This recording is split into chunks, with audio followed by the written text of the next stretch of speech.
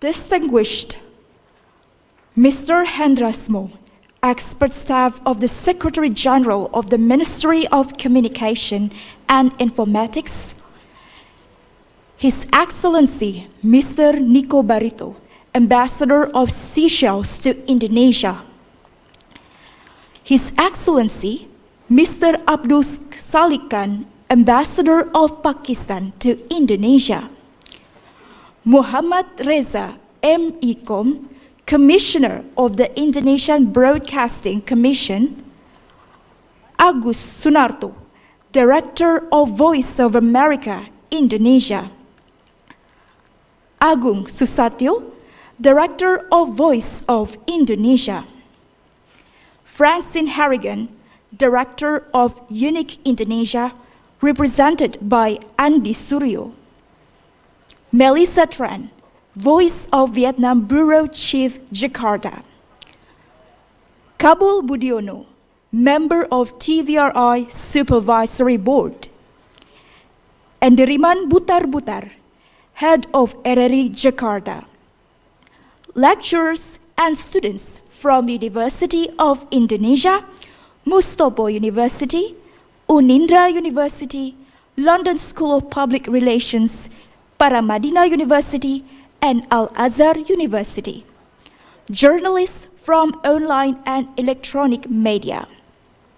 Ladies and gentlemen, welcome. It's been an honor for us to present the 31st Diplomatic Forum talk show, which is organized by Voice of Indonesia. Our Diplomatic Forum is live broadcast through www.youtube.com, Twitter @VOI Indonesia, and Facebook, The Voice of Indonesia. Today, we are going to discuss a topic on the future of radio. Before we start our Diplomatic Forum today, we would like to invite Bapak Agung Susatyo, Director of Voice of Indonesia, to give his remarks.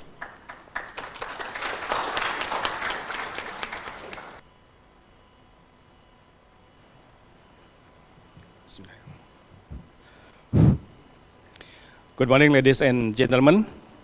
Thank you for attending the Diplomatic Forum, a special program of Voice of Indonesia.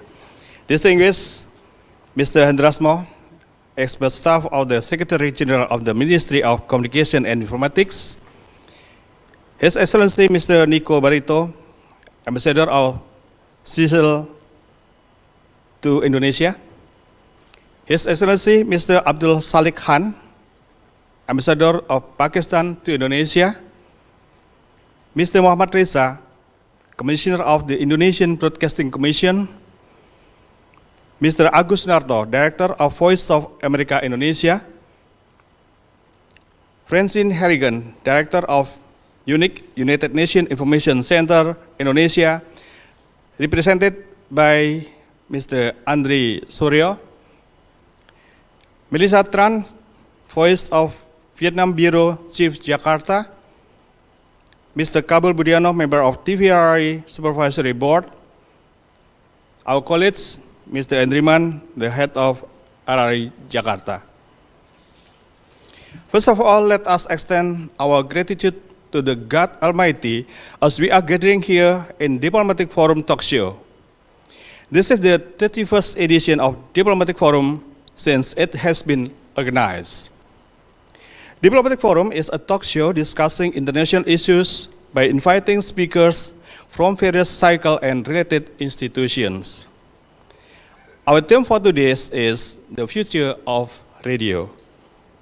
The theme is chosen in conjunction with the commemoration of the 74th RRI anniversary, which is celebrated on September 11. Ladies and gentlemen, radio is one of the mass media that closely related to the people's need of various kinds of information, entertainment, and education.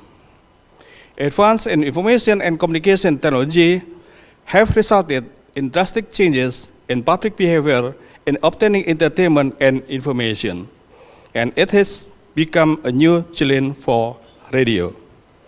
This condition is concern to radio activists both at home and abroad.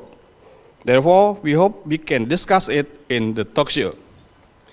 Finally, we would like to thank our honorable speakers, Mr. Hendrasmo, expert staff of the Secretary General of the Ministry of Communication and Informatics, His Excellency Mr. Nico Barito, Ambassador of Seychelles to Indonesia, His Excellency Mr. Abdul Salih Khan, Ambassador of Pakistan to Indonesia, and Muhammad Reza, Commissioner of the Indonesian Broadcasting Commission, and Mr. Agus Narto, Director of Voice of America, Indonesia, and honorable guests who are coming to the talk show.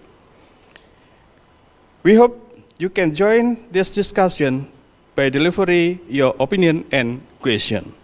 Once again, thank you and welcome you all to the diplomatic forum. Thank you.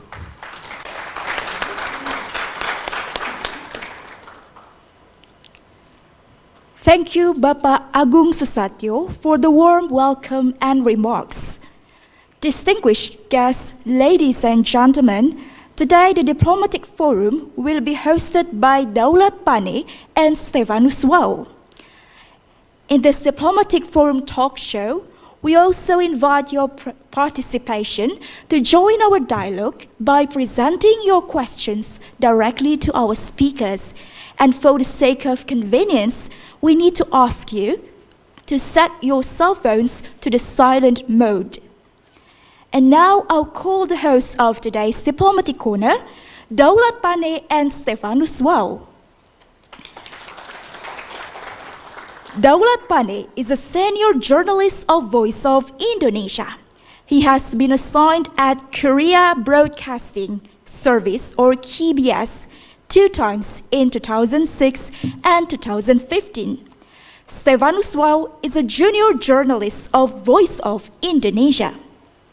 Honorable guests, ladies and gentlemen, without further ado, let's start our program Diplomatic Corner.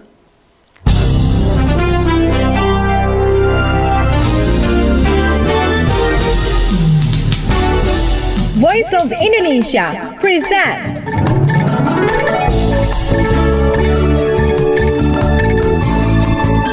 Diplomatic Forum, a talk show analyzing strategic issues and global perspective.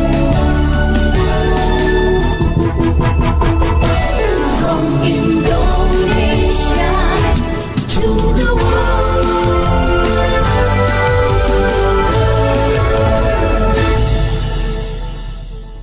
Yes, good morning, ladies and gentlemen. Welcome to the Diplomatic Forum. And today, our Diplomatic Forum is going to discuss a topic on the future of radio. And once again, this Diplomatic Forum is broadcasting live on our Facebook fan page, The Voice of Indonesia, our YouTube channel, VOI Indonesia, and also our website, voinews.id. So for the listeners across the globe who are listening to this right now, please send your comments or questions directly to our Facebook fan page, The Voice of Indonesia. And to discuss our topic for today, the future of radio, I would like to invite our speakers for today to come to the stage. First, I would like to invite Mr. Hendrasmo. Pak Hendrasmo, please. He is the expert staff of Secretary General of the Ministry of Communication and Informatics. Welcome, Pak Hendrasmo, please. Thank you. And then I would like to invite to the stage His Excellency Mr. Nico Barito, the Ambassador of Seychelles to Indonesia.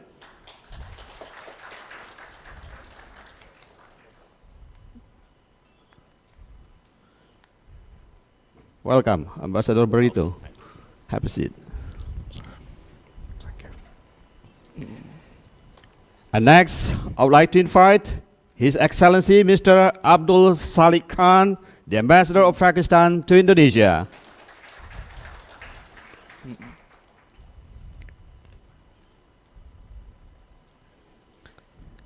Welcome, Ambassador Khan. And I would like also to invite Mr. Muhammad Reza, the Commissioner of the Indonesian Broadcasting Commission.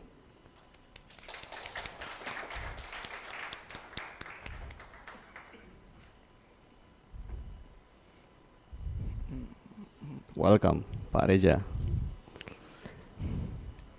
And next, Mr. Agus Sunarto, the Director of Voice of America, Indonesia.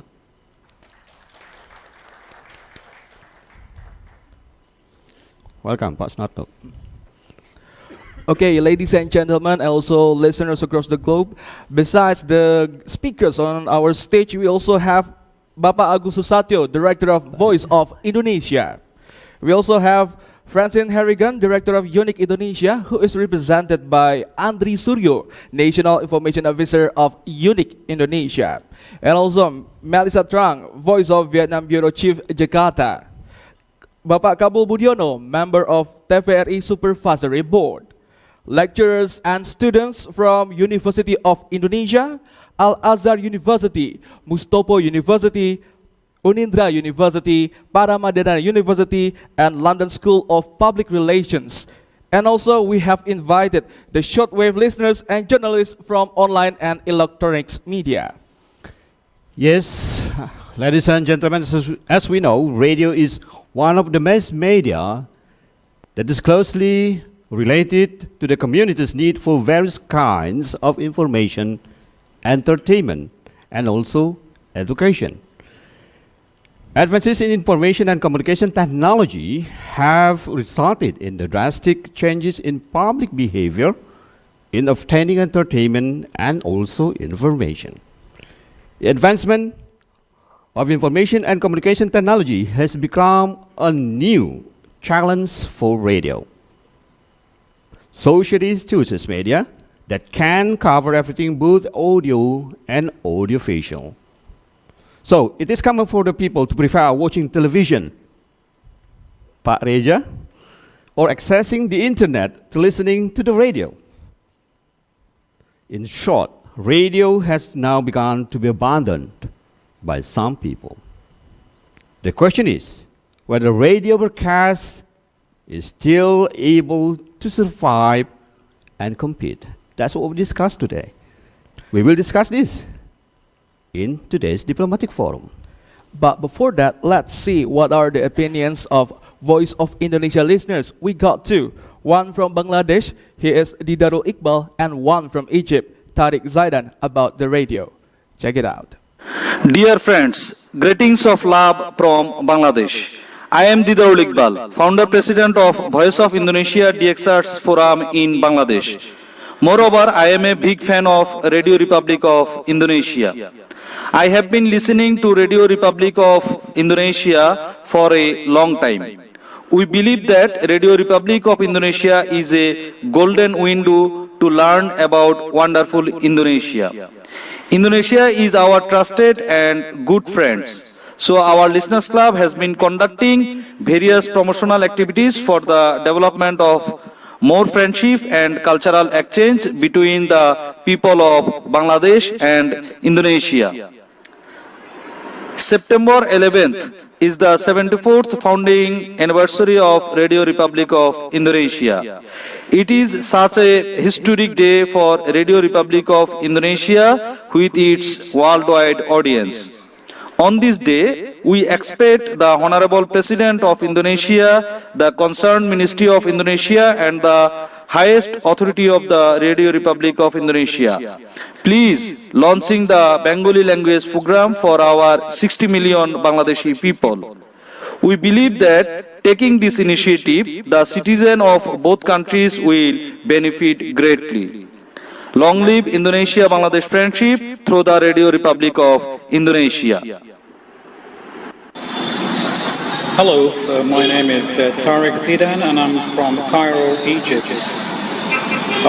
Talking about the future of radio, I think radio is one of the major mediums that will be available for a very long time. The joy of listening to the radio that never ends actually. You can either tune into medium wave, FM, short wave, with a huge variety spreading all over the band. I've been a radio listener since I was in the 3rd grade.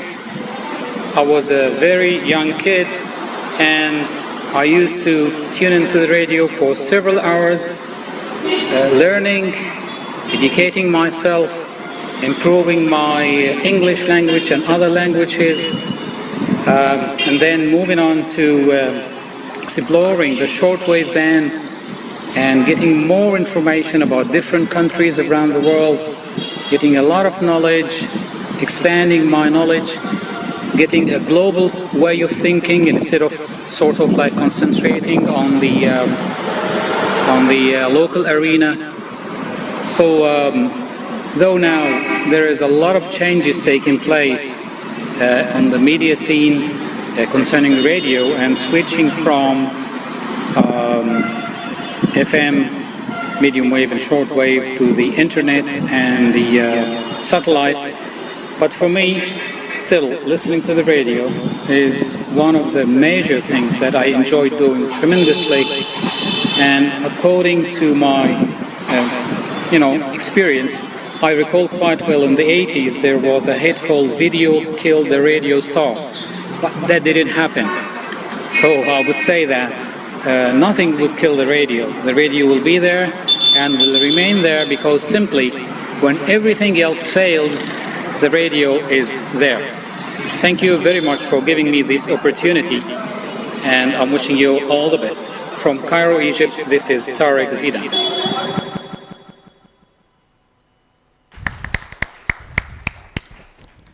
Yes, as our speakers, our listeners say that radio will remain there, will still be there. Yes, Pak Hendrasmo. So radio is in Indonesia was once primary means of information among the community. So let's talk about the current situation of radio at present. All right.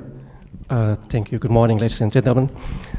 In my opinion, it's very interesting and challenging, and we talk or discuss about radio mainly in the future, because I think there is change in the landscape of radio. I think that what we are witnessing at this moment, that we face radio disruption. Radio disruption is not only happening in Indonesia, but it's global phenomenon. As we know that technology play a principal role in the development of society, including the development of the media itself. So, and then this is exemplified by the invention of the internet, merely. That at this moment, the digital media has disrupted our listeners' habit, our business model, our approach of broadcasting. So, and until now, that we see that the digital media grow very fast. From data released by Alfara Research, for example, they asked millennial respondent.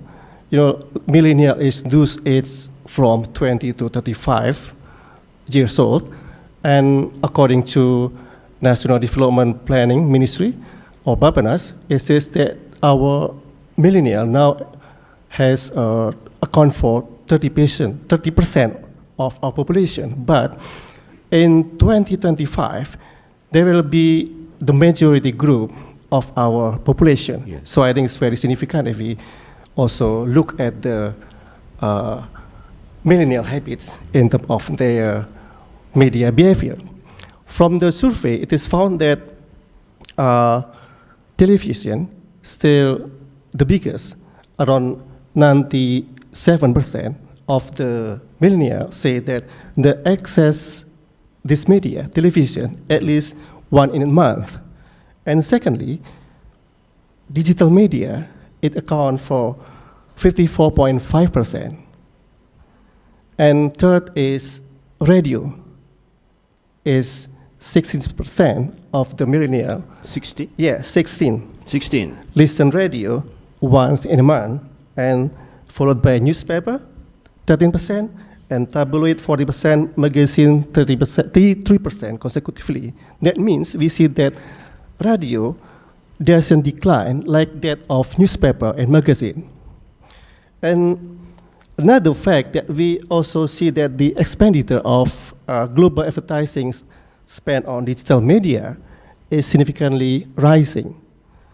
While it's contradictory to radio, which is getting down and down, and we also see that there are less and less time spent for radio listening, especially analog. But I think that I feel that radio is still resilient media in comparison to the traditional media such as newspaper and tabloids. Probably that's all. Okay, but 60% is a very small number, that's right. Yes, but it's different with what we expect. Before that, we see that newspaper and magazine is higher than radio audience. You see, Yeah. there is change, but radio is still resilient. Not the fall is not decline is not quite higher like that of newspapers, printing media. Yes, I will be back later, and Right. that's more. Okay. Yes, Steve. Yes, that was from Indonesia, the condition in Indonesia. But how about in Seychelles and Pakistan?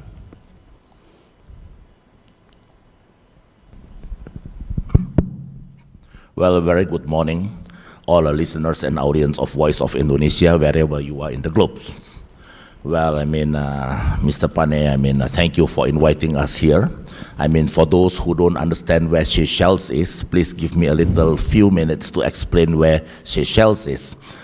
Seychelles is almost like Indonesia, except we are small, Indonesia is big. Indonesia is a big archipelago with 17,000 islands. Seychelles is also an archipelagic country in the Indian Oceans with 115 islands. Despite that we are small, we are one of the niche destinations of the world. Our income per capita is quite high today, about $30,000. And connectivity to Seychelles is relatively easy and simple. We have 17 flights daily in average of all wide-body planes. Seychelles is a destination of paradise, a destination where celebrities, social elites do honeymoons. You can meet prince and princess. All world artists are there, but it is also a destination for common citizens. So we have spread of high destinations and middle-class destinations. Okay. Our economy range from tourism, Indian Ocean tuna, of course, which is we are well located strategically in the Indian Oceans between Africa and Indonesia, and then our other sector of business is from international finance. We are very close to Indonesia actually, and if there is a direct flight from Seychelles to Indonesia, I think we are only 7 hours apart. On the same latitude, same location, so we should be there. Now, talking about radio, as a small country, let me tell you that Seychelles only have less than 100,000 populations. Yes. Yeah. So, of course, even in 100,000 populations today, we have quite a wide range of radio. The national radio is under Seychelles Broadcasting Corporation, called SBC. In Seychelles, it's one flag. SBC manages the television, and SBC also manages the radio. Mm-hmm. Now, the history of radio in Seychelles started back in 1945. It is like a 2 hours program a day done by the Minister of Education. At 1965, the official radio of Seychelles came apart, and it launched an official channels, a very common AM channel, but today we all do have also FM channels. We are very happy to say that we have managed to convert the history of analog broadcasting to become a digital age of broadcasting. And today we also have a lot of these private radio stations coming up. One thing about Seychelles in general is a part of this national radio, like the SBC FM channel, broadcasts about music all the time, talk shows and music. We are in Africa Union, don't forget. African groups like music. Wherever you go, you see the cars, the automobile, the youngster, they always have big volume. Either it is on the sound system or by, music, but also by radio. So there is a trend of loving radio. But being a tourism country, we do also have private sector radio, like Pure FM. Pure FM focus a 24 hours talk show based on tourism. Okay. So it is a tools for the tourism. This is something I believe wonderful Indonesia can learn, right? Because, I mean, rather than the radio talk about, I mean, you see, I mean, there are many radio in Jakarta I know that talk about road and traffic. Of course, that's important because you have so many traffics. In Seychelles, we have traffics, but not too much of a congested traffic. So we talk about tourists. And the smart radio is now coming up in Seychelles.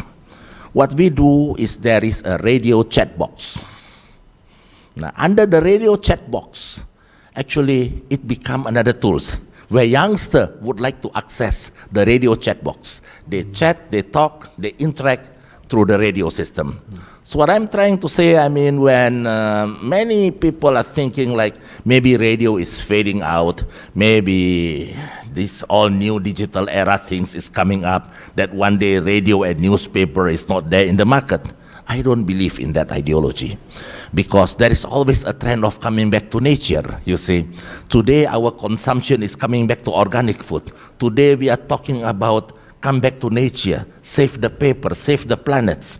So I mean radio is the core value of the first communicator in the world. This is one of the tools of communication. Every country is proud of its radio.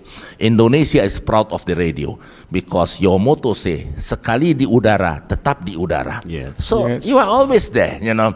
So I don't think there is any worry about that. It's only about how creative we do and how we interact.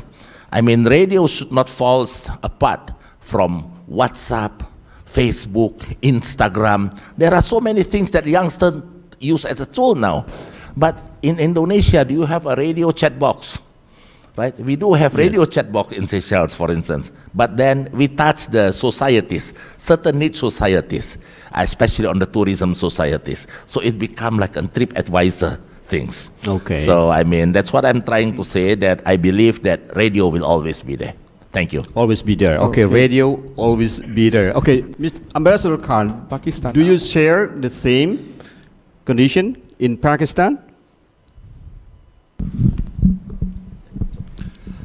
Of course, I would like to agree with the Ambassador of Seychelles that radio is an important medium.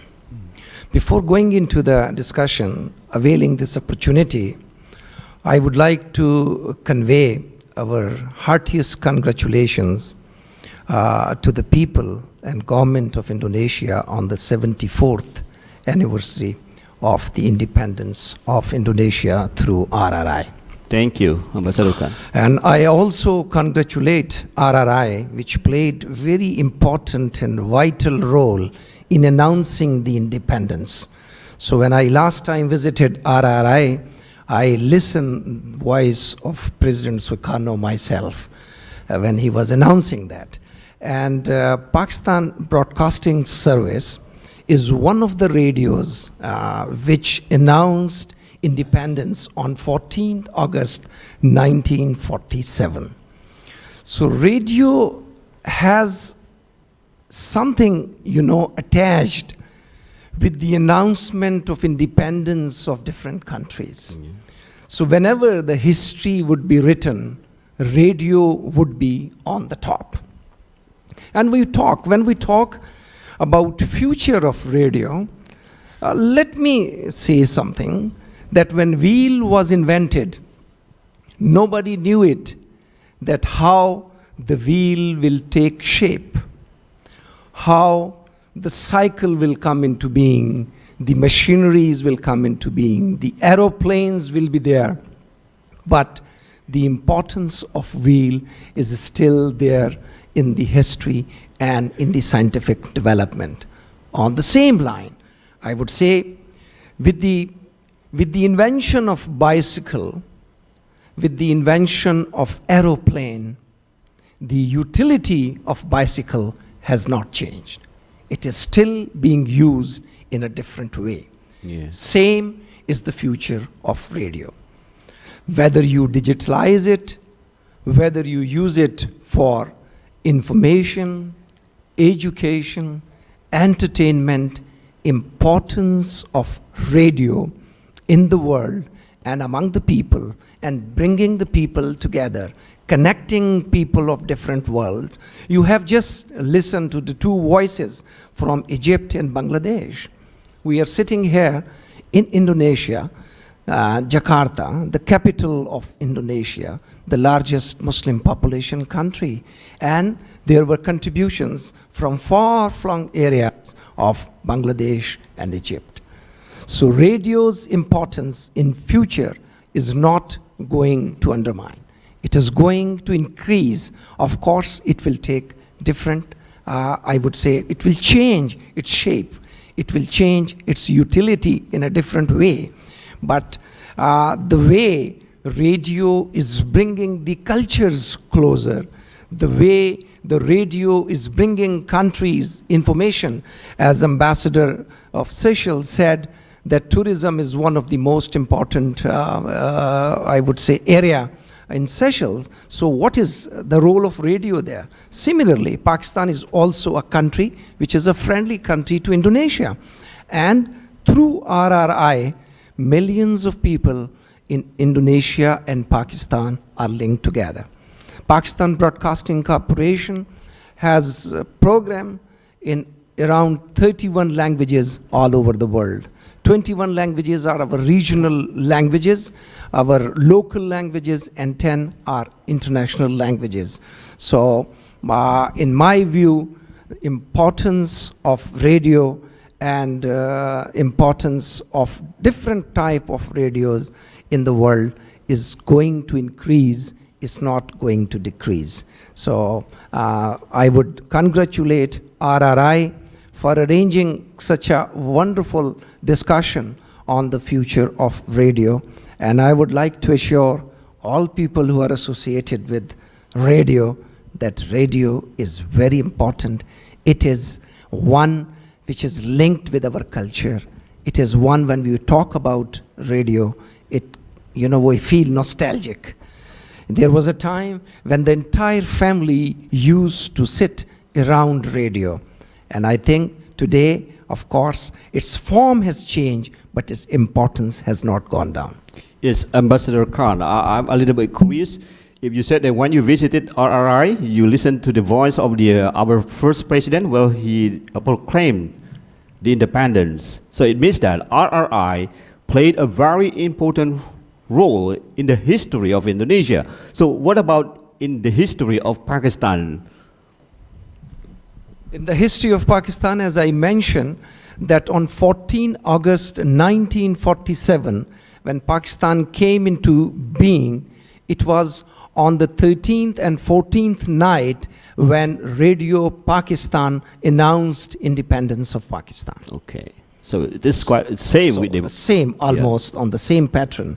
When in 1945 Indonesia came into being, and in 1947 on the night of 13th and 14th August, Pakistan was announced by Radio Pakistan. Okay, thank you. Yeah, Steve. Okay.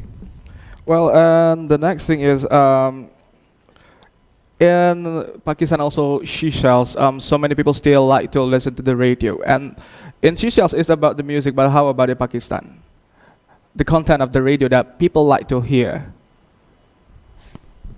As I mentioned, that entertainment is one of major areas on which radio focuses.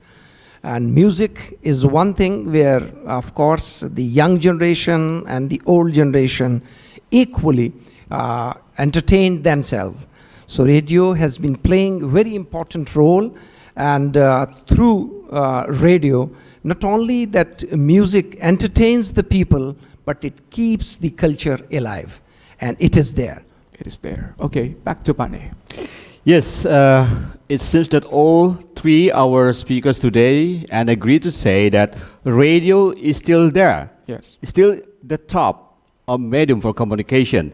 For this, I would like to go to Pak Agung Susatyo, the Director of Voice of Indonesia. Pak Agung Susatyo, RRI still maintains, as we know, still maintains a conventional radio broadcast. So in your opinion, what makes conventional radio broadcasts still remains there and still can exist? But before Pak Agung answer this question, let's listen to this. You've just listened to Diplomatic Forum organized by Voice of Indonesia. From Indonesia to the world.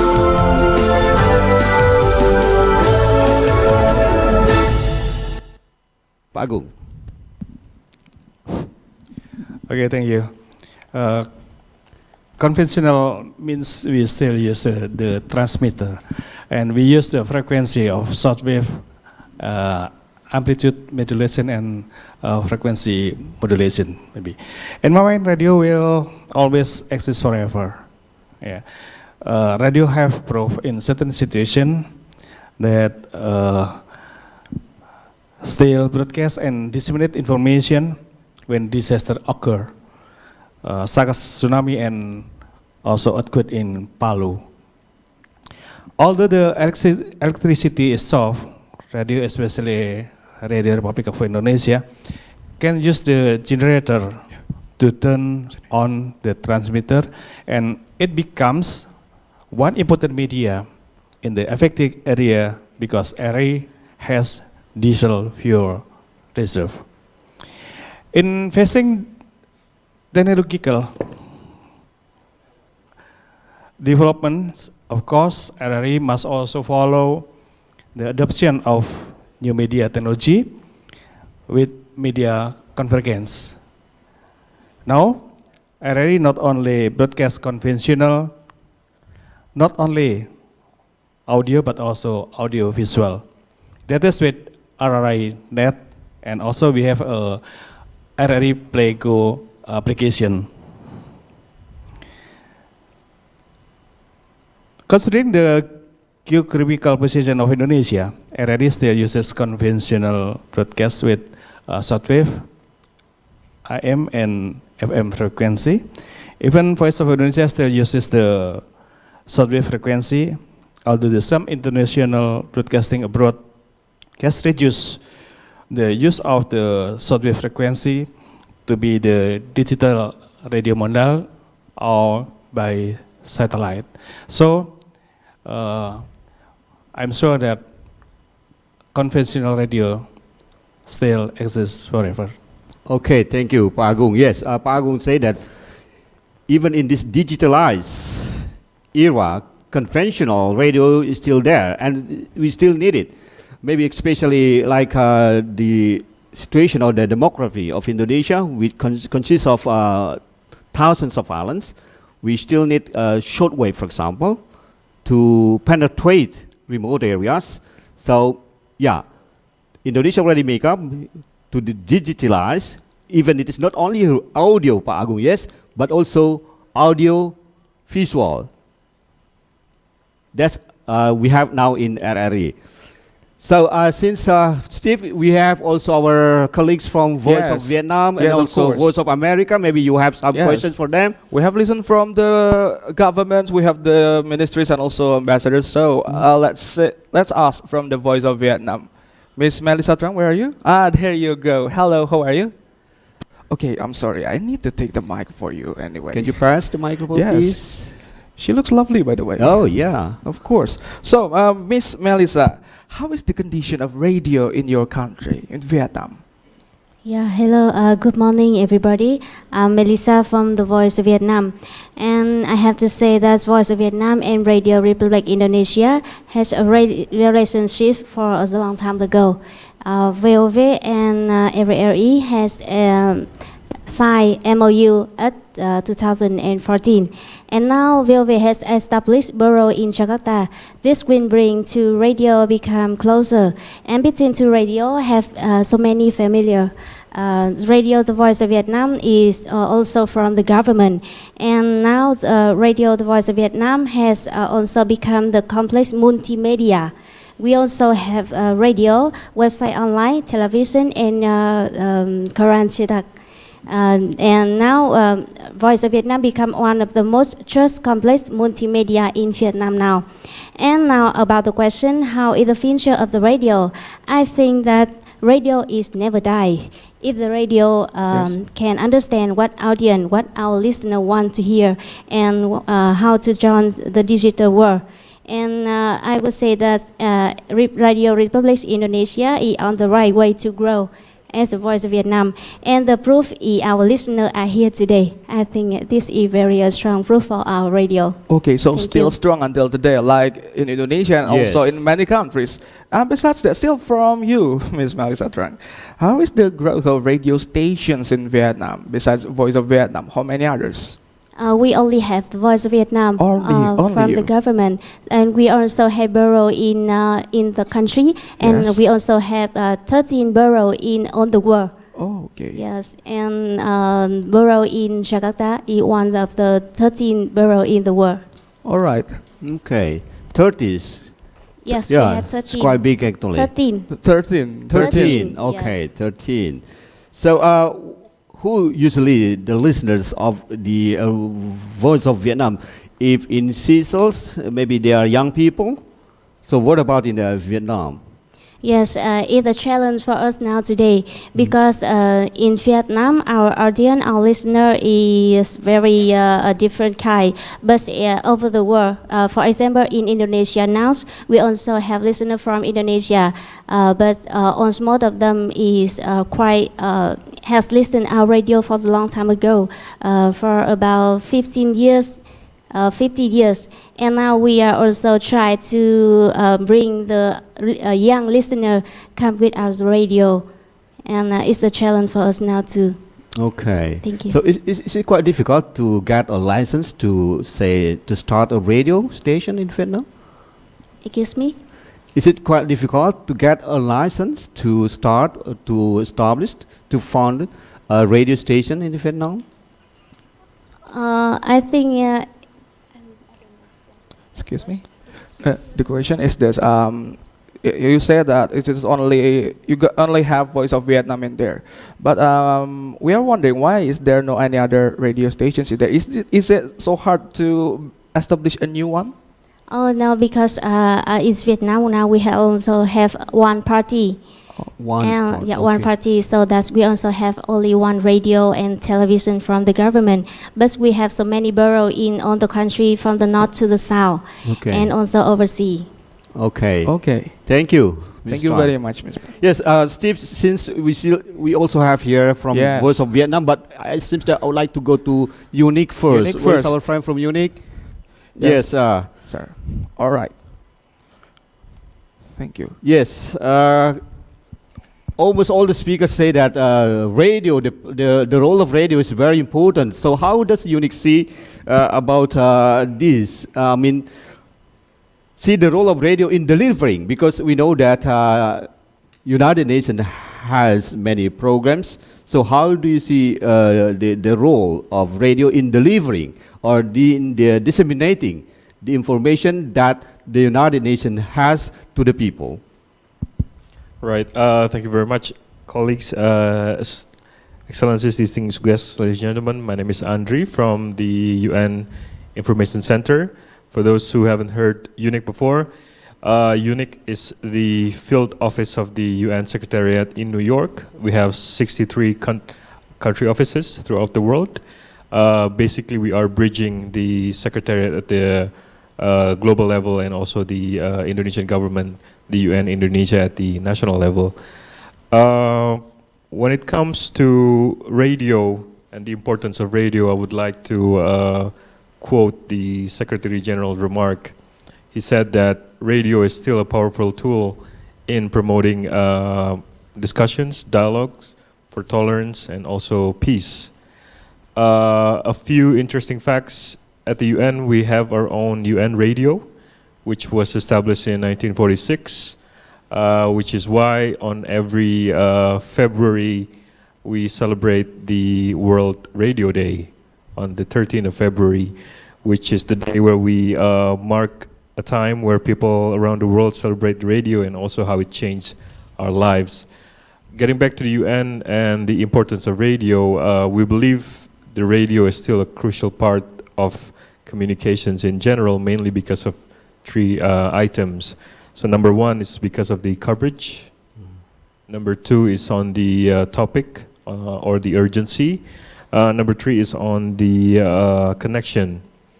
So number one, on the coverage, this is actually in line with the spirit of leaving no one behind, where radio has the deepest and also the furthest coverage. It has, it can be received in villages, district, sub-district in Indonesia, which is crucial, especially with this geographical landscape. Number two is on the urgency. So we believe radio is a very important tools in disseminating the UN information, particularly on critical issues such as climate change and also peace and also peacekeeping. And then, so just a few example, in the Africa, radio was still being used as the dominant tools in spreading the UN messages about Ebola, about the virus. And also here in Indonesia, we disseminate a lot of information, especially about the Sustainable Development Goals, SDGs.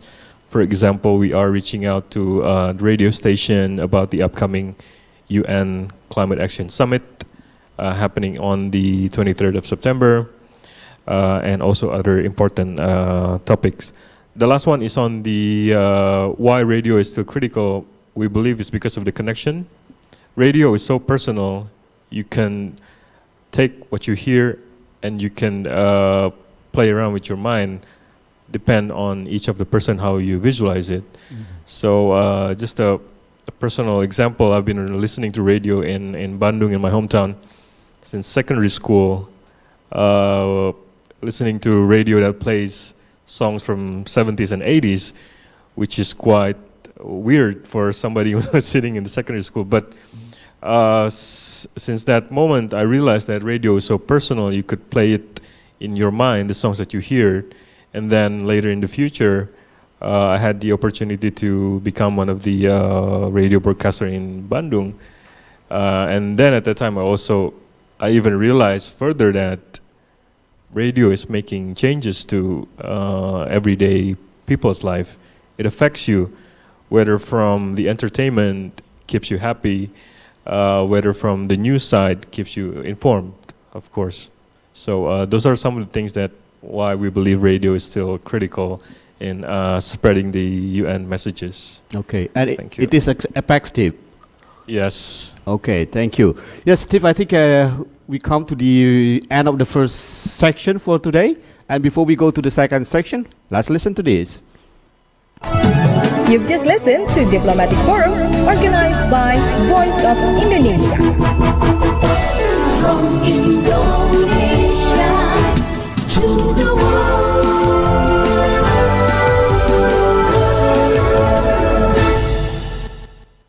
Yes, ladies and gentlemen, and our listeners, thank you very much. You are still with us on today's Diplomatic Forum, theme, the future of radio.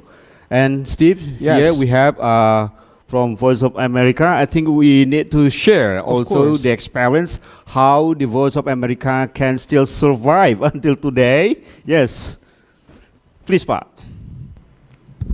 Okay, thank you. Good morning, everyone. Thank you for having me here. This is my first time in Diplomatic Forum since Pak Frans Padakdemon, our former director, talking about radio. VOA has many experiences in radio. As you know, Voice of America is coming from voice. It means that we starting with the radio since 1942 when World War II VOA established to encounter the propaganda of the Germany Nazi. Yeah, we starting on 1942. We start with in Indonesian service is established as well in 1942. At that time, Indonesia is not established. We start with the Melayu language and Java language. So we spread out about the war condition to encounter the propaganda of the Nazi Germany. So until now, Voice of America still working together. Our job, Voice of America, is to spread out to broadcast about America, and as a part of the government body, but it's not the executive one, because we spread with the executive. We independent as the broadcasting service in government body. So we can make a statement, or we can make a story, different side of the maybe we different side of the government of U.S. The U.S. government, I mean. So we can discuss about the U.S. policy, U.S. government policy, and etc. and etc. So talking about the radio, we talk about the platform. Now VOA have not only a radio platform, but also we have TV, we have online. But now we using all the platform in convergence to spread out our story in the website. So as a radio, VOA working with our partner across the world, especially in Indonesia, we have more than 200 radio stations working with VOA, because our job to spread out of the American story to Indonesia, and so we are not make a competition with the local radio. That's why we have a cooperation with the local media, local radio, local TV, and other platform. As a platform, we can, as a broadcast aspect, we have 4 aspects of the media, electronic media. One is a content aspect. The second is delivery aspect. The third is technical aspect, and the fourth is a monetizing aspect. From this fourth aspect, we have challenging on technical aspect and monetized aspect. That's why for the future of the radio, we have to face the challenging of the in digital era. In digital era, so many technology, I mean in digital era, many technology can disrupt the existence of a radio. But radio is still there because of the characteristic of the media itself is very specific. Even there's a TV, online, and other media, but radio is still exists because it's characteristic. That's why VOA still support the radio platform. Even we have all the platform, we cannot say that we have to share the audience, because even the audience consume the TV online, they are also in any condition. For example, in the car, in the vehicle, they still listen the radio. So if we talk about the platform, radio still there, still exists because it's characteristic. And I believe that the radio, from my experience, from our experience at VOA, the radio still exists, and we still produce radio and still working. And most of our affiliates in the world is still in radio. Most of our affiliates is radio. It's okay. It means that Pak Sunarto. Yes. Yes, Steve. I got a question. Both of us are voice of, we are Indonesian, you are America. Voice of Indonesia is quite strong in the shortwave too, besides our online streaming. And how about the Voice America? How strong is the shortwave broadcast? Indonesian service not continue with the shortwave program. Okay. Because Indonesia is already advanced in yeah, we have FM, we have online. That's why we cut service in shortwave. That's why we are not talking about the technical aspect, yeah, because radio is a platform. Any technical aspect we can broadcast from the streaming, for example. Even in OTT, we can hear the radio from OTT as well, right? We have a channel in the, let's say, in the satellite. Yes. Yeah, it's radio. Podcast. Yes. Spotify, it's radio. So we talking about radio is we talking about the platform, not technical. That's why I said that the challenging is technical and monetize, because this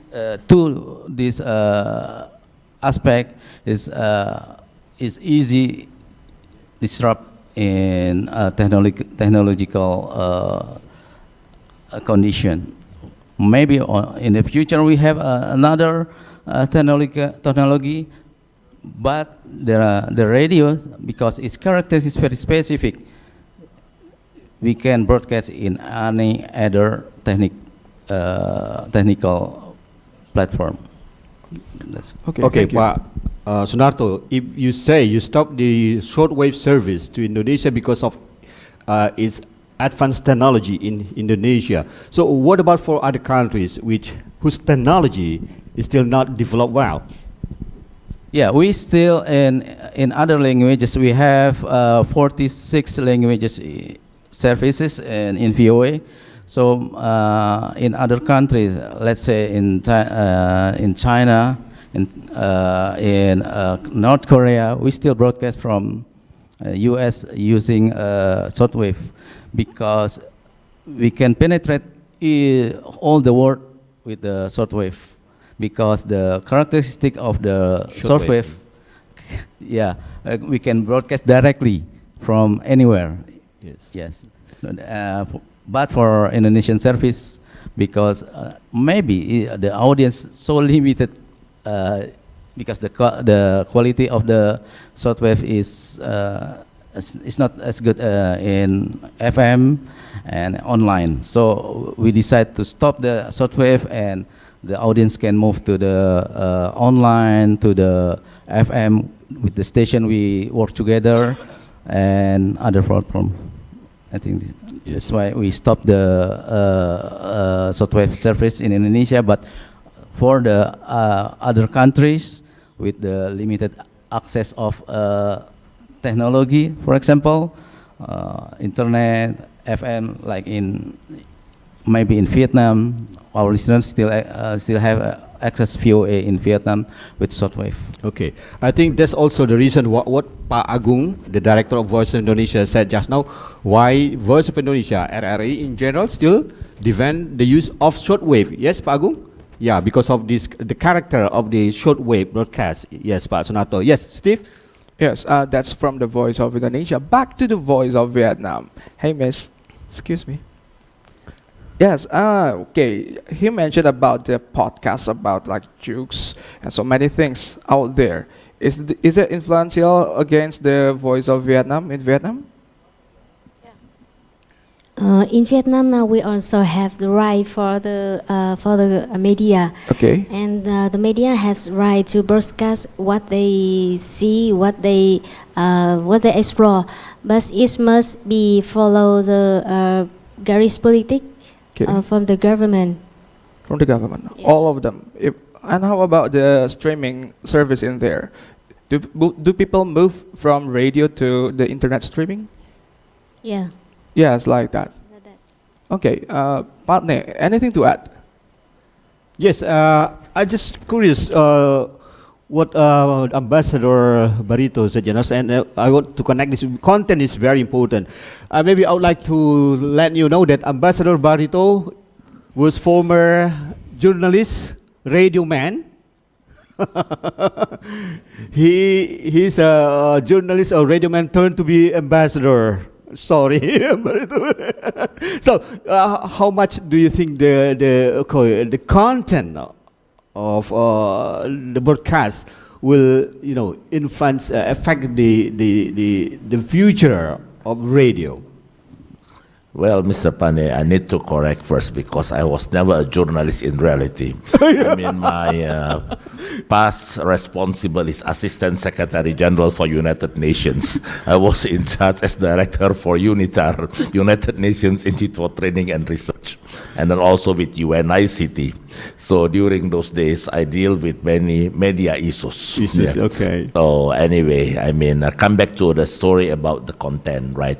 I mean, when you talk about radio, I mean, with any other products in the world, it's always about who is the anchor and what kind of news are you going to make it active. If you remember when we are still young, when I'm small kids, we get together with the family, with friends on one radio, and we are listening to football games. Yes. Or we are listening to a badminton match, a tennis match, and we get so excited, even without seeing the visual.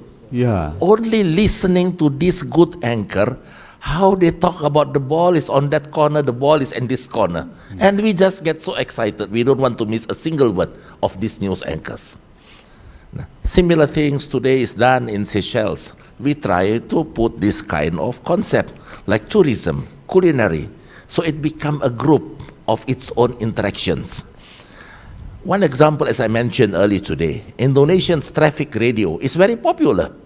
Everyone, neither diplomats, neither businessmen, they switch the radio. They just want to make sure, oh yeah, where is the traffic? How is the conditions, right?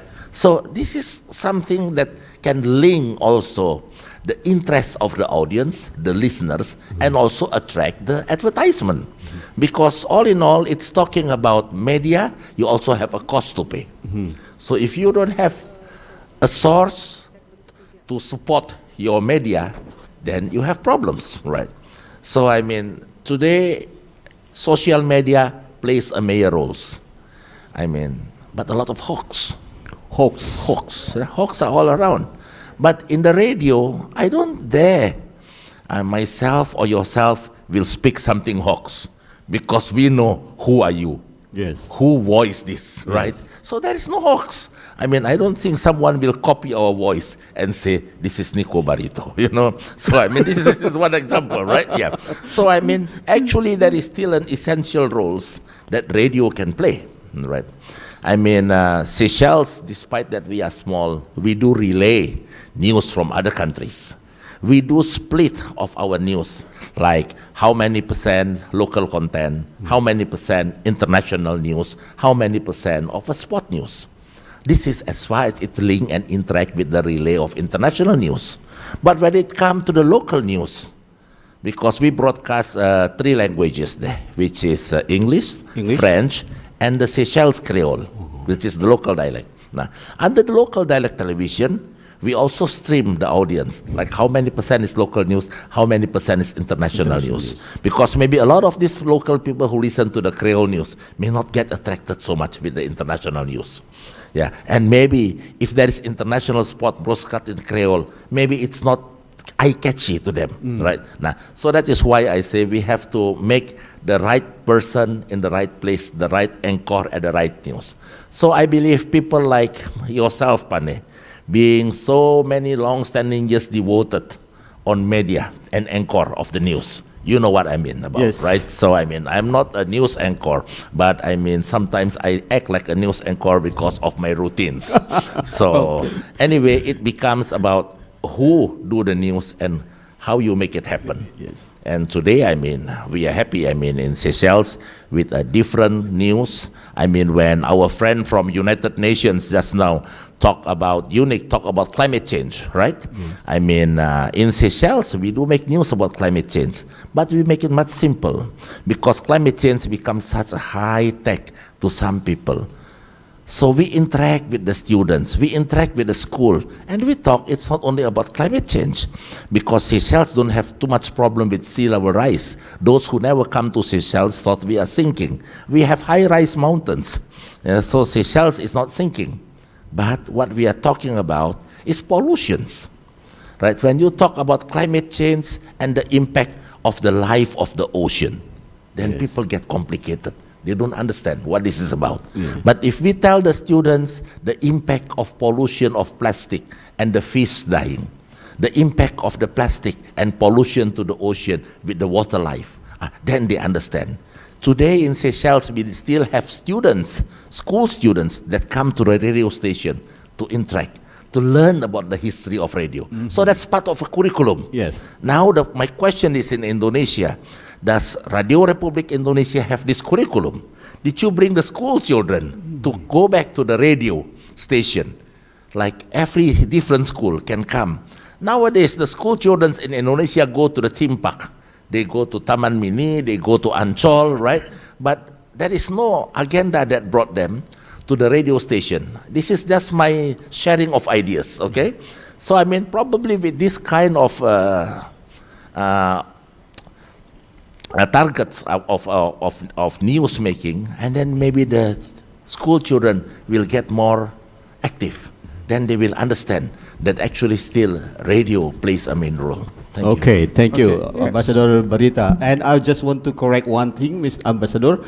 Yes, we don't have this in curriculum, but students still come to RRI, Pak Agung, Pak Endriman, yes? They still come to RRI, to visit RRI, especially kindergarten students, to see the history of this radio. Especially, maybe we have a gallery there, yes, Pak Agung, Pak Endriman, and also the speech of Mr. President, the first president. This is very important. Okay, and before we continue to this next section, let's follow this one. Okay, before going You've just to the listened next to session, Diplomatic Forum. Actually, we have asked several experts out there in Kuala Lumpur, Malaysia. We have the opinions about the future of radio from James Cretland, radio futurologist from Asia, and also Philomena Nganya Pragazam, director of Asia Pacific Institute for Broadcasting Development, and we asked them during the Radio Days Asia 2019 in Kuala Lumpur. Check it out. Well, I'm a radio futurologist, so I look at the future of radio, and I think the future of radio is really good. It's really strong. People are enjoying radio now just as much as they were 10, 15, 20 years or so ago. And I think, radio as a medium, radio as a way of having a human connection and a shared experience is something that will be with us for many, many years to come. There are lots of challenges, of course, and, obviously access to mobile phones, access to Spotify and podcasting and all of that, is a clear part of where radio is going. But I also think that actually we shouldn't forget the benefit that radio has of being a shared experience with a human connection. That human being at the other end who is helping you understand what's going on in the world is a very important part of what radio is all about. And I think we should bear that in mind and focus on helping our audiences understand the world in which they live. Radio is a very important tool because radio has the power, like no other media, to reach out to audiences everywhere. You may be in a very, very remote area, or you may be in a disaster-prone area, but radio is the only tool that can reach out to the mass. And I'm very optimistic about radio because I have utilized this field. I've looked at the creative aspect of radio. It's the only medium that allows for creativity, although it's just sound only. So in my opinion, radio has reinvented itself through the many decades from the time it was first formed to now. And producers, programmers everywhere are getting smarter, and they're fully utilizing the power of radio so that radio reaches its mass, and also utilizing on the magic of radio. Radio has the ability to create pictures in your mind, and I'm sure that radio will live on. Thank you. You've just listened to Diplomatic Forum, organized by Voice of Indonesia. From Indonesia.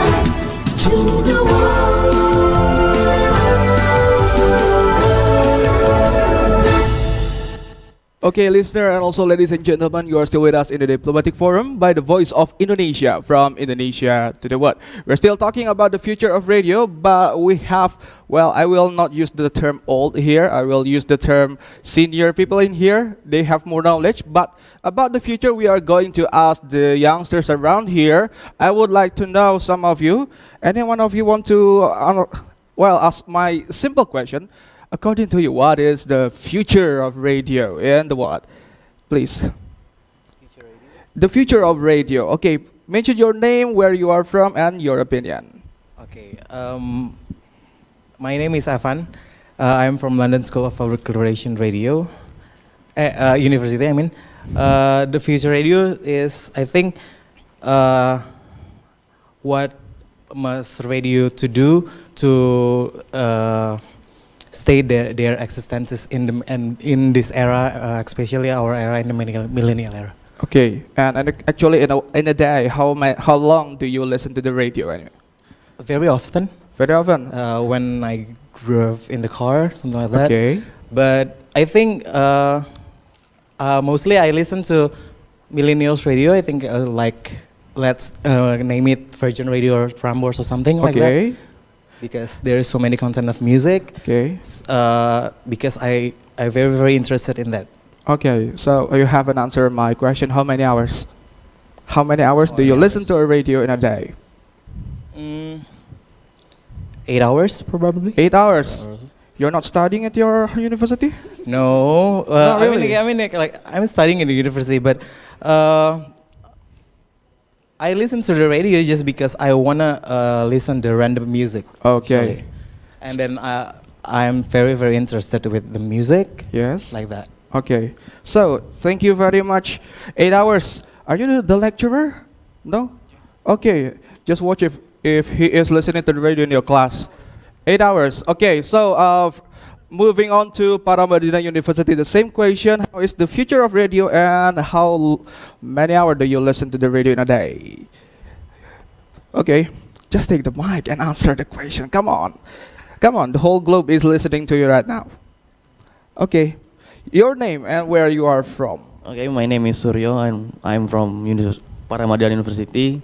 I think the future of radio is still gonna be exist in the future, because nothing can replace radio. Right? Nothing can replace the radio. Yeah, nothing can replace radio, from the coverage and how we can spread the news easily, and how we can use the technology we have right now. And I listen to radio mostly in my car, on my way to my campus. Maybe it's like 2 hours. 2 hours. Yeah, 2 hours, because how I get from Pancoran to my campus is 40 minutes. Okay. Itself. Thank you very much. Just make sure it's not too loud. It's illegal to put radio too loud in your car. Yes, Steve, I think you can go round. And yes, I'm going around. But later, maybe I will give you time later. Okay. Let me ask Pak Muhammad Reja from the Indonesian Commission, Broadcasting Commission. Pak Reja, if in some countries the number of radio stations is very limited, but here in Indonesia we have hundreds, maybe thousands radio stations, right? So how the Commission monitor the maybe the radio itself and the content they have in the broadcast? Please, Pak Reja. Okay, thank you very much, ladies and gents. Before we talk about content surveillance, do you know how many radio that we have in Indonesia? Yes. We got 1,900. There's almost 2,000 radio in Indonesia. The number consists of 204 community radio, 1 public radio. We have 76 local public radio and 1,681 private radio. So this means that industry growth and penetration of private radio broadcasting services in Indonesia are still higher than other radio broadcasting service.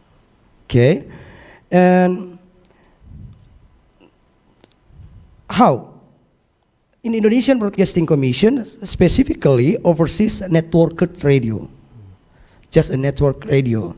So why? Because the local radio broadcasting is monitored directly by the regional Indonesian Broadcasting Commissions. So if in each region, right? Yes. You have this commission. So according to the law, we have Indonesian Broadcasting Commissions, and we have regional Indonesian Broadcasting Commission in each province. Okay. Yeah. And for basic observation, we use the broadcast behavior guidelines and broadcast program standards. And now, how to monitor it? By first inventorying the number of radio. So then analyzing and selecting which one have the most potential violations. Okay. After that, it is monitor random. So we take it random, and once every 2 days change to the radio broadcast. So monitoring in Indonesian Broadcasting Commission in 2 shifts. First shifts in 6 a.m. to 12 a.m. and the second shift in 3 p.m. until 9 p.m. Okay? Then why did it scramble? Because the radio shows are always repeatable. Okay. Okay? While the monitoring equipment owned by institution is limited. So equipment for monitoring in Indonesian Broadcasting Commission is limited for the radio. Okay? For the mechanism, the schedule is made. Each radio use 5 monitoring equipment alternately for 2 days for a month. So this means that each radio is monitored 10 until 15 days. A month. A month. Yes. As for the radio that being observed are 12 radio stations in Indonesian Broadcasting Commission. That is a network radio. There is El Sinta, Prambors, Hard Rock, MNC Trijaya, Global, Dangdut Indonesia, okay, Gen FM, RRI Pro 1, RRI Pro 3, IFM, Trax FM, dan Sonora. Okay. RRI Pro 1, RRI Pro 3. Only 2? Only 2. What about Voice of Indonesia? I think maybe we just monitor that to there's a network to the province. Okay. So what about the content? Is you say that 6 to 12 and then 15 to 21 p.m. So you miss 13 to 14. Yeah. The reason is because the radio program is repeated. Yeah, repeated. Okay. So Pak Endrasmo, how do you see the monitoring for the radio stations here in Indonesia? Yes, the monitoring radio station is part of the Broadcasting Commission duty, I think. But we also data from, for example, from the private radio association like BRSSNI. Yes. It says around 678 private radio station here. It is said that there is drop in the drop of the number of private radio become 575 because of financial problem. Okay. Yeah, I think it's part of there is a tight competition among the radio itself, and they have the growing business of internet radio that we have to look as well. So regarding the monitoring, I think you yourself, Cominfo, Informatic Ministry just to give regulation. Regulation. We still receive proposal and they want to submit a proposal to build radio station. There are still many. We received the proposal. First of all, they are from outside Java, outside Jakarta, and that still has spare of frequency. And then secondly, They are from religion institution and community network that basically they seek for social interest, not for profit. This is what we are doing in Cominfo. So since you said that there are still many proposals to start a new radio, so is there still enough spare of frequencies for them? Yes, especially outside Java. Okay. Outside Java. They submit to Cominfo and to Broadcasting Commission as well. Okay. Okay, Steve, I think you can go around now. If there are questions for our speakers for today. Yes, so from the guests around here, do you have any question for the speaker? Anyone to ask something important to our speaker today? Please raise your hand and mention raise your hand. name Okay, and we got organization. one. The youngster here, maybe he wants to know the future of radio. So your name and where you're from and the question. First of all, thank you for the opportunity. My name is Miko from Al-Azhar University. I'd like to ask the person who is on the right. Okay, from the Voice of Vietnam. Vietnam. Mr. Who? Sorry, excuse me? But who? Which one? Which one? The right one. Oh, the right one from the Communication and Informatics Ministry. I'd like to ask, there's 16% user radio in Indonesia. I'd like to know the demographic, who is the user in region. I mean, what region the demographic of 16%? Is it on Java or other region? Thank you. As you mentioned before, Pak Endrasmo, there was 16 percent 16. of. You mean radio listeners? Yes, radio listeners. It is the data from Alfara Research actually that placed they asked from millennial background respondent, and there is no information about. They do it proportionally. I mean, they do it scientifically. But I don't read the disclaimer. But Alfara itself has credible data that put the radio listeners still on the third. That is 16% of the millennial population still listen to the radio at least once in a month. Yeah. Okay. Thank you. Okay. Maybe I like to ask. There is another region that we know it's reachable by radio, but I like to know how many millennials and how many people around another Java who use radio. I mean, I think that's really important because millennials and people outside Java doesn't have the same equipment for reaching like YouTube, Spotify. Thank you.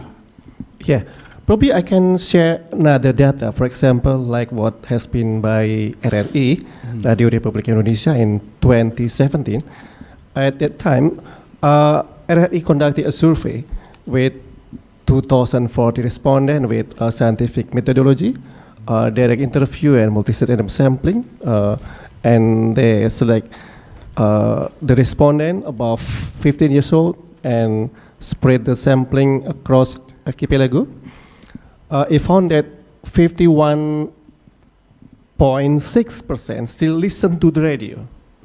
That means equal to around 79 million. Yes. And we also have another data from SC Nielsen, for example, in 2017. It says around 62 million. 62.3 million listener radio, with 41.9 among them located in Java. So it seems that we can come to conclusion that our radio listeners is above 60 million. Okay. Yeah. Yes.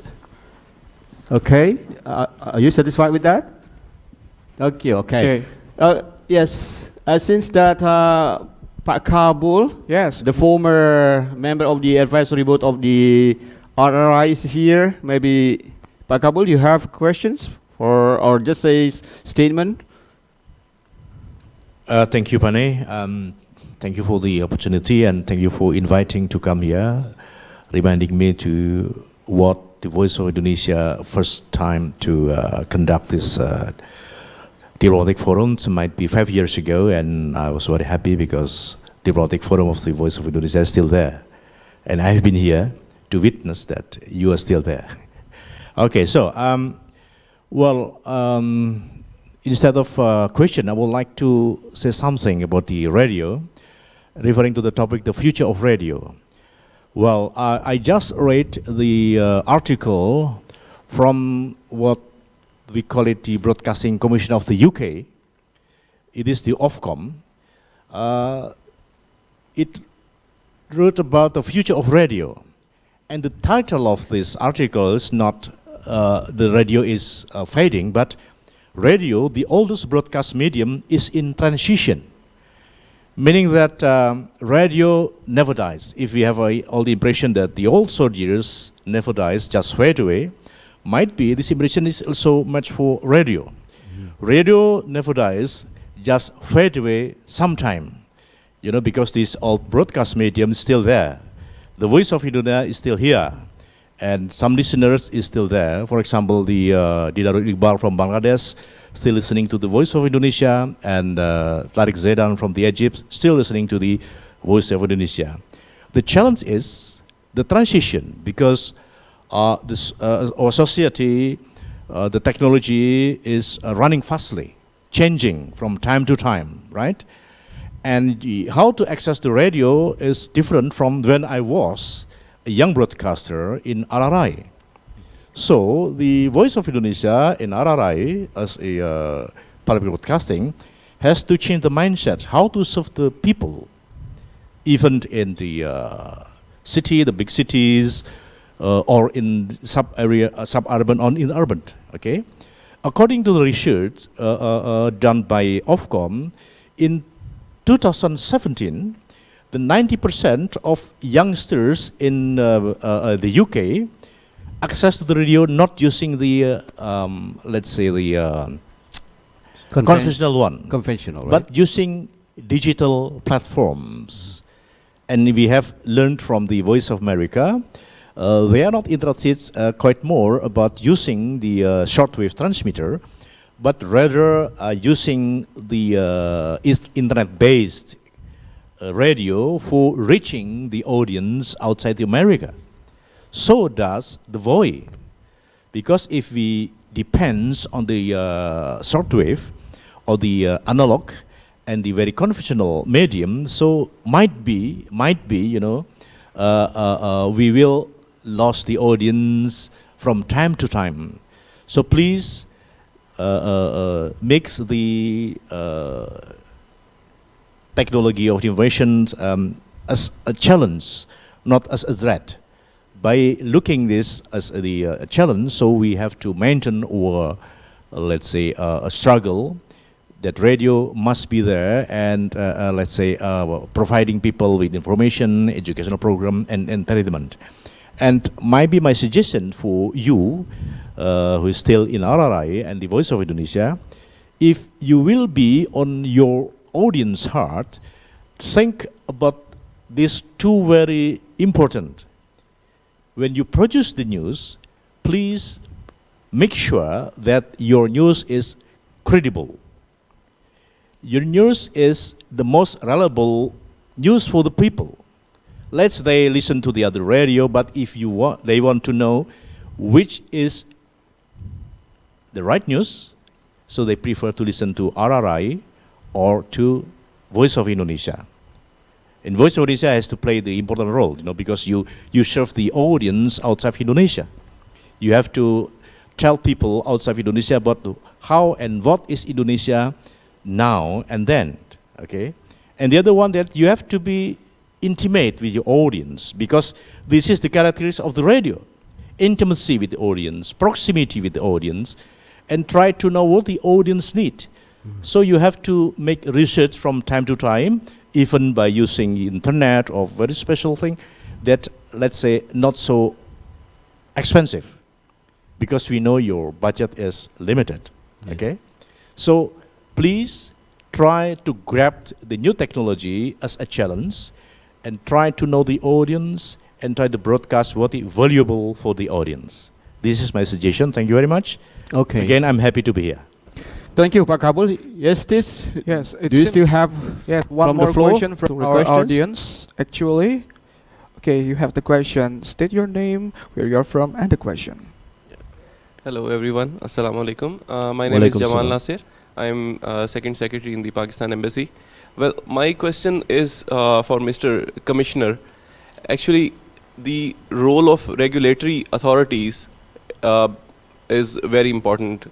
I mean, in Pakistan there are over 200 radio channels, and then they are operating on different frequencies. So whenever the regulatory authorities, they put some restrictions, it is always considered as an attack on the freedom of speech. Obviously, you have to restrict the content as well. So how does Indonesia actually see this challenge, and what are the practices that you use, and what are the challenges you face? I mean, this is very important, I would say, because I mean there are private channels also. They are airing from. In Pakistan, when we were fighting the war against terrorism, so the first actually the tool that our armed forces used was to disconnect those communication. I mean, terrorists were operating from different regions through the radio frequencies. So they had to dismantle those stations in order to actually get things done. So how does Indonesia see this challenge, and how do you actually cope up with this? Thank you. Did you get the point, Sunat? Okay.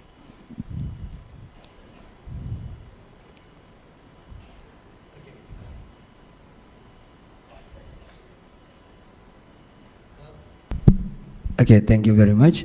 For monitoring, our commission for monitoring, we use broadcast behavior guidelines and broadcast program standards to monitor. There is a violate in, compare radio and TV, a violate radio is not much like on TV. In January until 2009, I'll give you an example. Just only one type of violate reported. There is no a violate. That's it. If you look by data, our regulation there is dozens.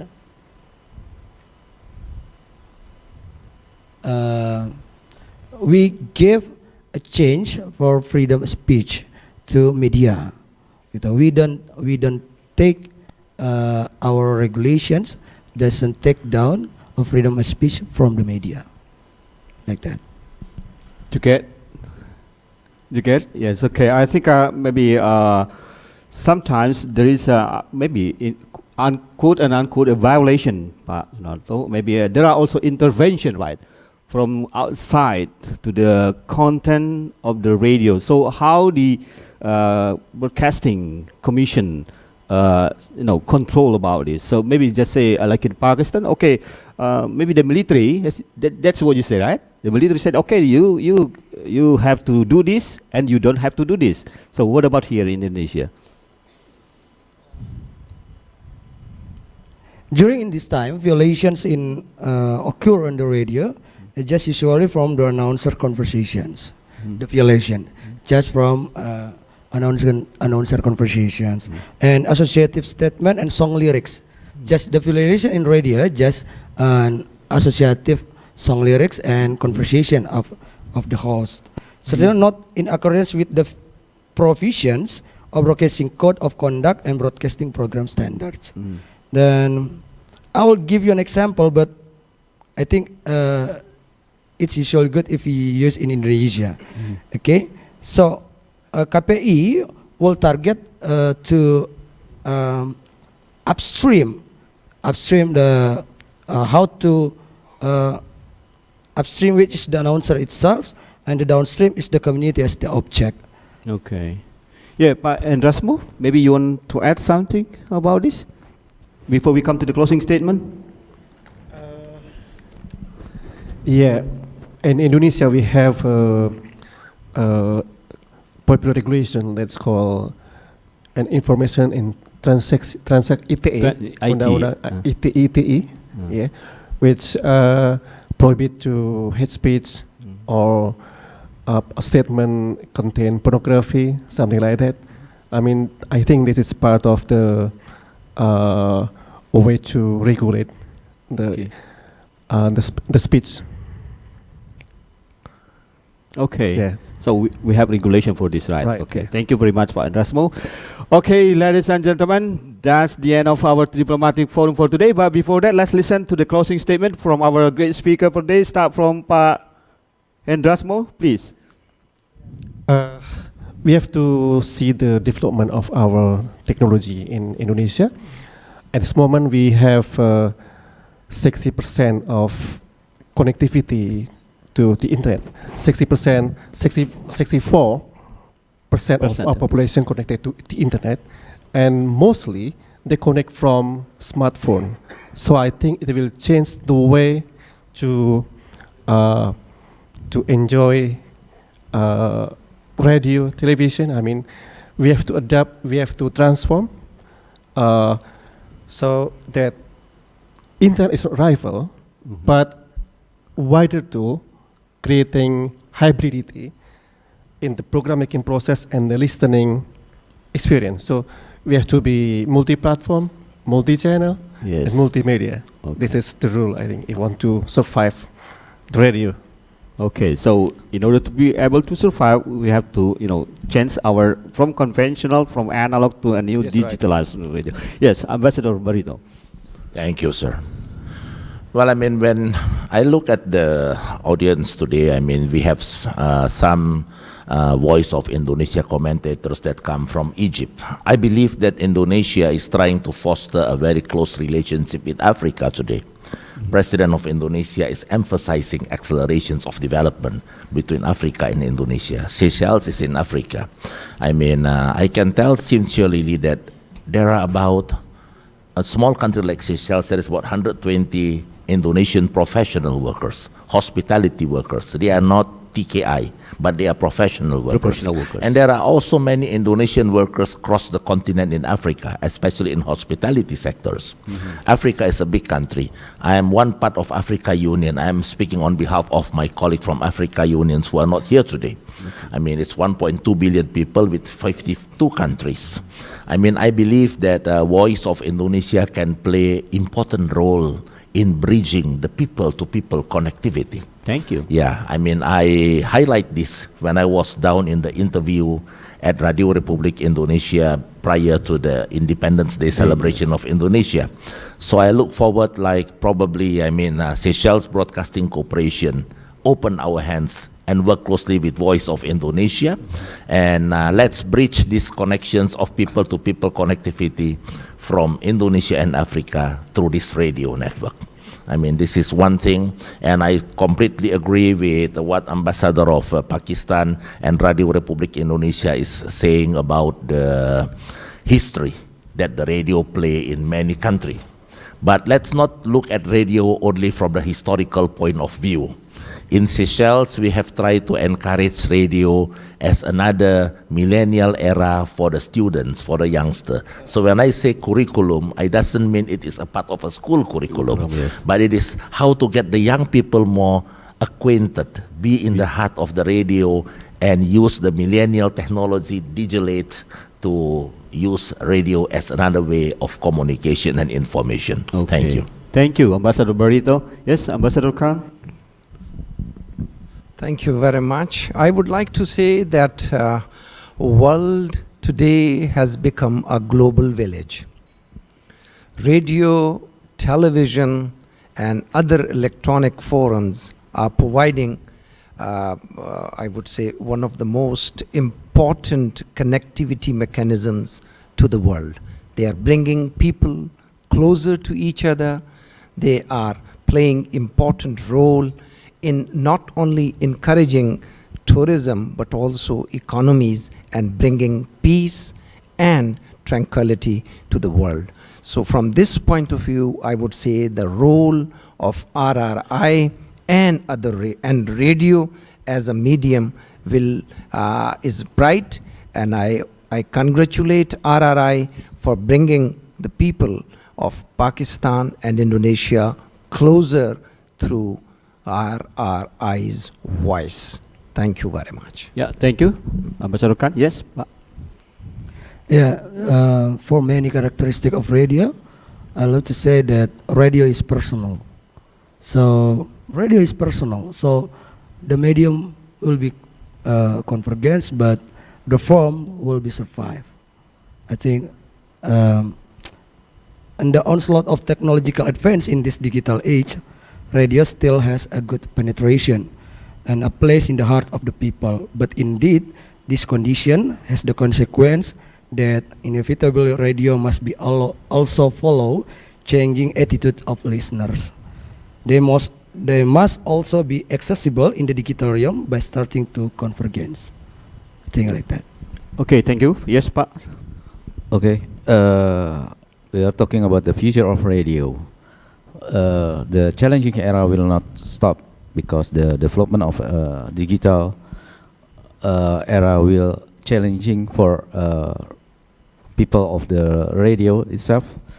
We have to follow the technology and we have to face the reality that technology will move forward. So we have to increase our ability. But because the characteristic of the radio itself is very specific, the radio still exists. But from the fourth aspect of the broadcast, electronic broadcast, we now in the future we will have more challenging on delivery, because nowadays the delivery is still the human still there, but in the future maybe it's robot will take the human task. But not the anchor, I think. Yes, not the anchor, Mr. Ambassador Barito, right? Possibility for the it is also possible. Yeah. Okay. Yeah, because the digital.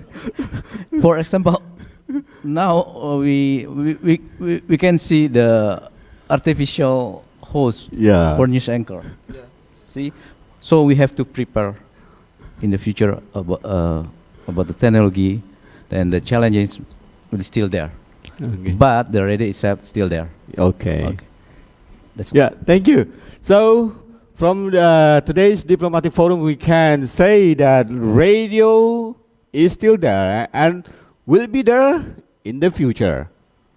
And of course, we need to change to make up our anchor, especially like Mr. Barito said, and the technology. Yeah. Our challenge is in delivering the content of this radio. So, radio man, radio businessman, be prefer.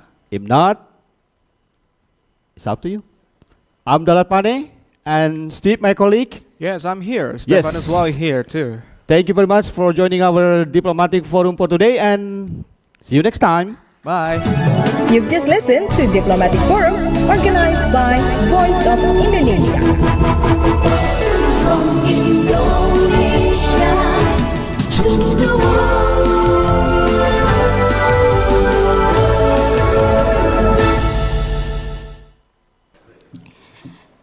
Thank you, Daulat Pane and Stefanus Wow, for hosting such an interesting dialogue.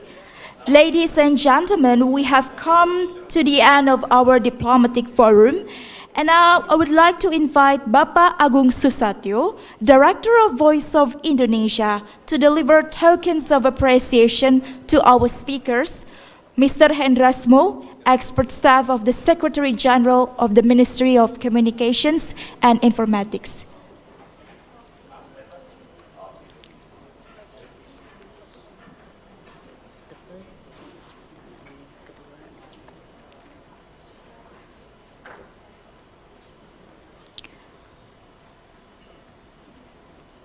The first one will be given to Mr. Hendrasmo.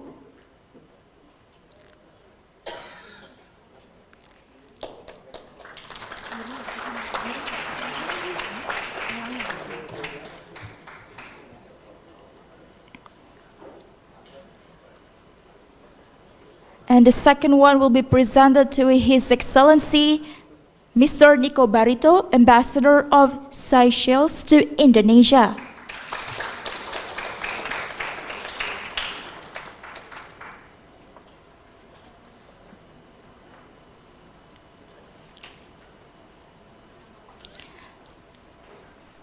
The third one is going to be given to His Excellency Mr. Abdul Salik Khan, Ambassador of Pakistan to Indonesia.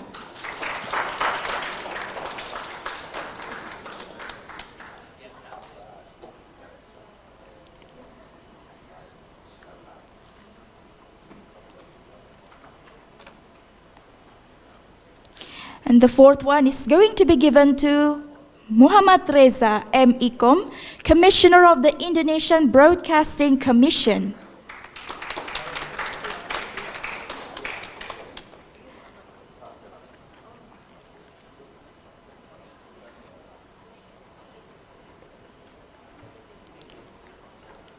And last but not least to Mr. Agus Sunarto, Director of Voice of America, Indonesia.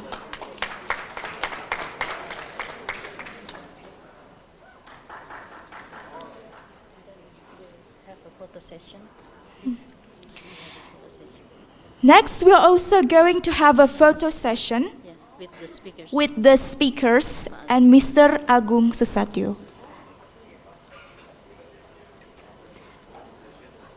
And also with the host. And for the host, please come. Mr. Daulat Pane and Stefanus.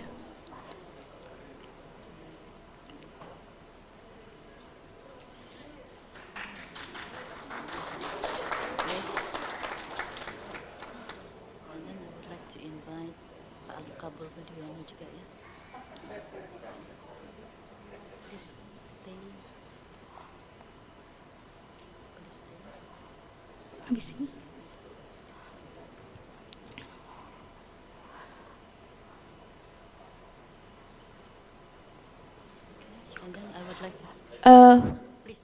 Please stay to the speakers and to the host, because we also would like to invite Bureau Chief of Voice of Vietnam, Mrs. Melissa Tran, Dean of Mustopo University, Dr.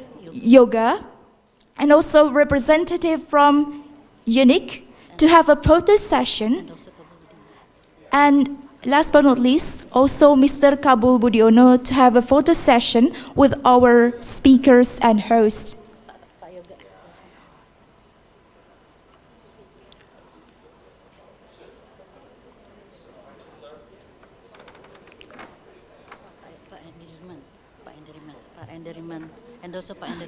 And also Mr. Enderiman, Butar-Butar, and Pak Widi from News Center.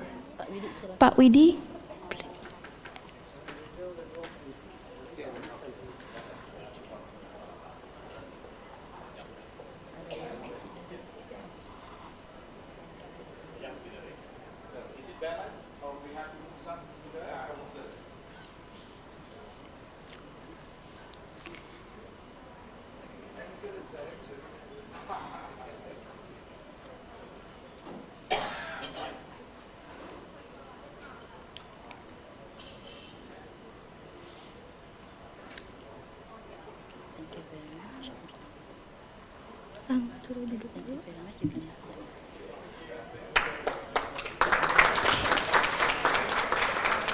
Okay, thank you very much for all the speakers and all the participants who have taken the photo together. Awesome. And that ends. So that ends our diplomatic forum for today. I'm Amanda. Thank you for coming and participating in our event. See you in the next diplomatic forum. Thank you very much.